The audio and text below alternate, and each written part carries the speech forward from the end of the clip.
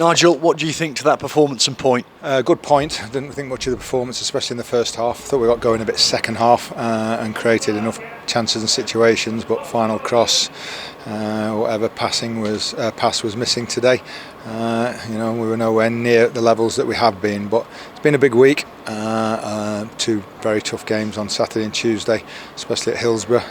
We didn't really have much choice but to play the same 11 today, and a lot of tired legs. Will Swan's just playing his second game, Ollie Clark's playing his second game. It's not as if they've been in the swing of things.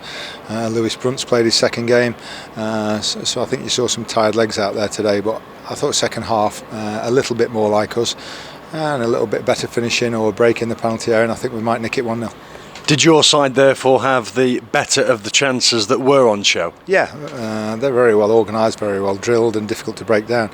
We would have had to be at our best to do that, which we were confident, as we had earlier in the season, that we could have done it, but with not having that element of sharpness anywhere on the pitch today, we found it tough. But I thought second half, Davis Keller-Dunn's was a decent chance from the edge of the box, but we got into the edge of the area quite a number of times, wasted the crosses, even the free kick in the 94th minute or something, it's gone over the back from Callum MacDonald. Just give us a chance to score, and you never know, you might nick one. It was the sort of day where you're going to nick one from a set play maybe. And we very nearly did that with Lucas. What about the result in the end? Are you satisfied with that? It's just on the back of the week. Not really, no. We're never happy with a 0-0 at home, but it's nice to keep the unbeaten run going.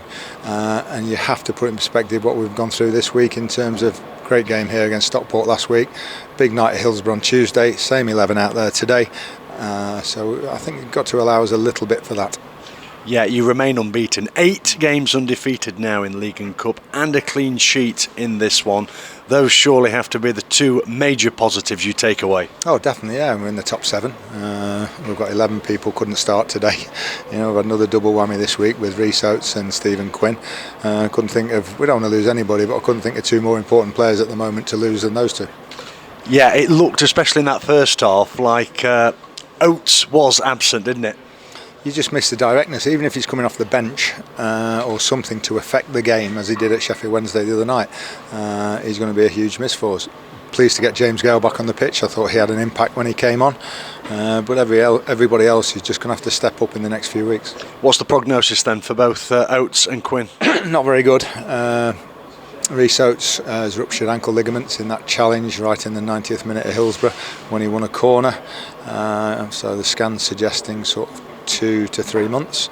And Stephen Quinn made a challenge down here against Stockport in the first half, I think quite early on. He's nicked a ligament in the side of his knee. He'll probably be a little bit longer, over between 3 and 4 months. Could any from the treatment table come back soon? It was good to get the lads, Bailey Cargill, JJ and Gailey. Aaron Lewis is probably the closest now, next one to being around fit again. He's got a chance for next Saturday, and Hiram maybe the week after that. I'm glad we've got a quiet month. I'm glad we're not going to Doncaster on Tuesday, because I'm not sure we could have put a team out. What do you make to it all? Because it just seems to be coming at you in waves, these injuries.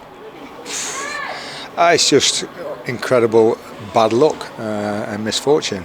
I mean, there's not 2 injuries the same, so it's just absolutely bizarre.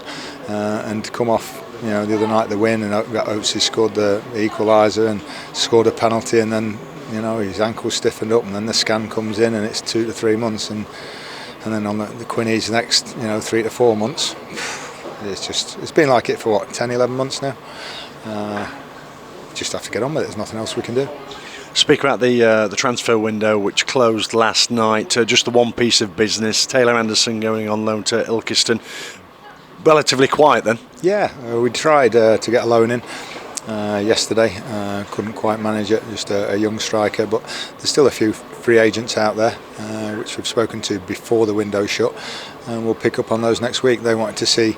Everybody wants to try and get better, but free agent these days used to be not a stigma, but a little bit of a disadvantage. But it's not now, because they're the only people that can be signed for the next 4 months. What's the plan between now and Accrington? Try and keep everybody fit.